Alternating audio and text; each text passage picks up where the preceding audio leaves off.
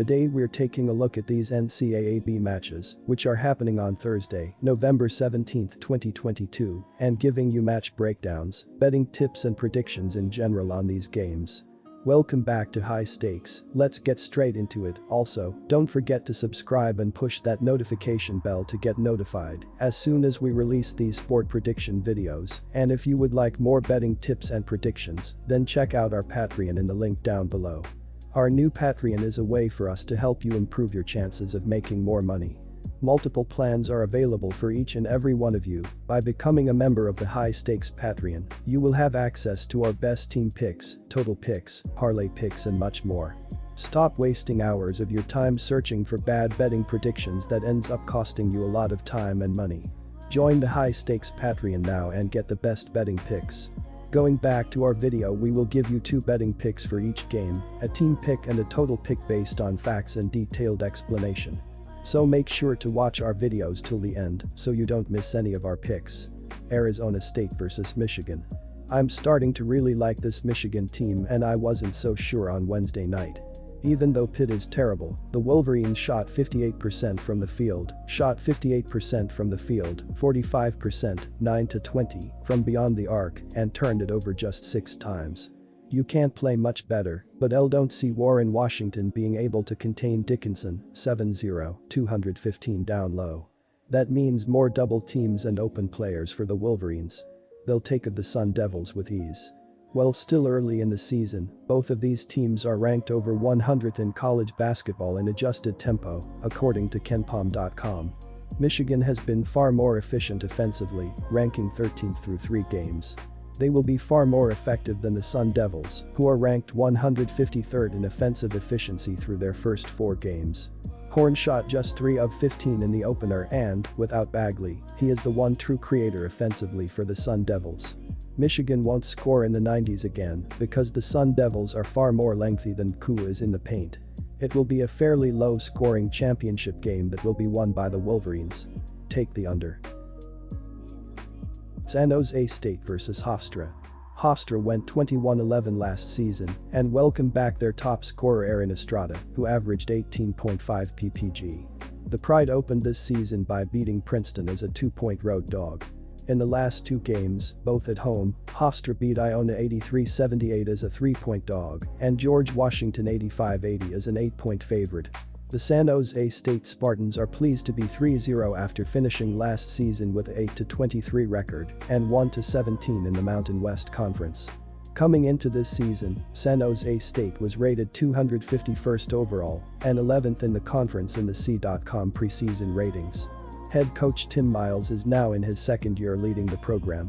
Miles has a 410-357 career record, which also includes stints at 5 other schools, most recently being Nebraska from 2012 to 19.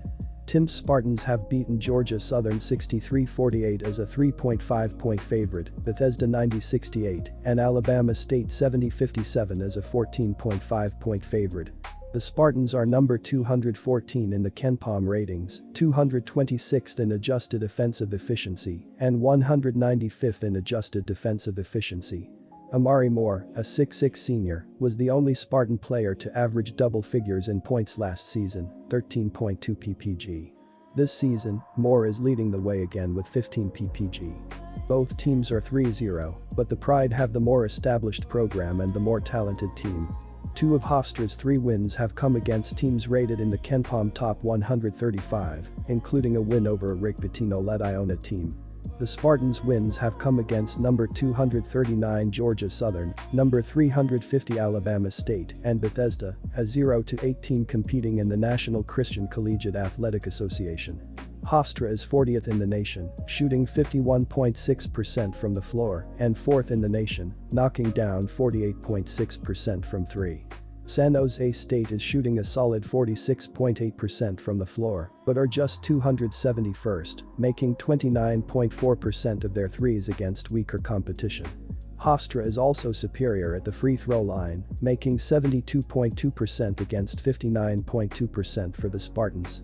The home court advantage won't be enough for a San Jose State squad that is just 3-9 at TS in their last 12 home games. Take Hofstra -3. Hofstra will enter this matchup with slightly more rest than the Spartans, considering they played last on Monday and the Spartans played last on Tuesday.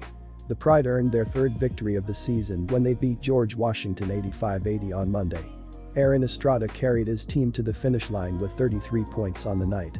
The senior guard shot 66.7% from the field, 60% from the line, and 60% from deep, while also contributing 5 rebounds and 3 steals.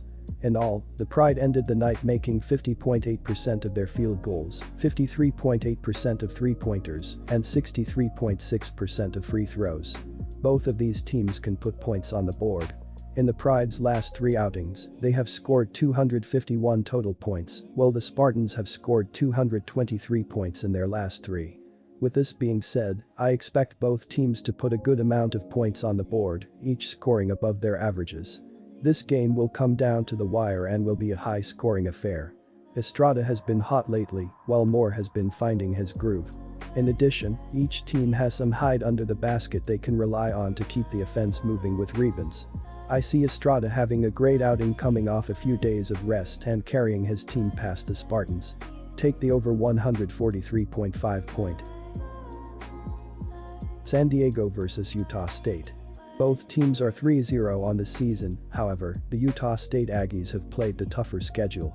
Not only that, the Aggies have increasingly gotten more dominant in each win, ultimately scoring 96 in the game over Santa Clara. This will be Utah State's first real road test. Utah State's depth will be important in this game. Fortunately, they have an experienced bench. The Toreros have increased their point per game average to 78. In contrast, Utah State kept a good scoring team in Santa Clara to 74. The book has put the 5 spot on Utah State because of the road factor and the questionability of Stephen Ashworth. With or without Ashworth, this number is too low. Funk and the rest of the Aggies will give the Toreros their first struggle. The Toreros still have a ways to improve to be able to hang with a team like the Aggies. Take the Utah State Aggies to cover the 5 on the road.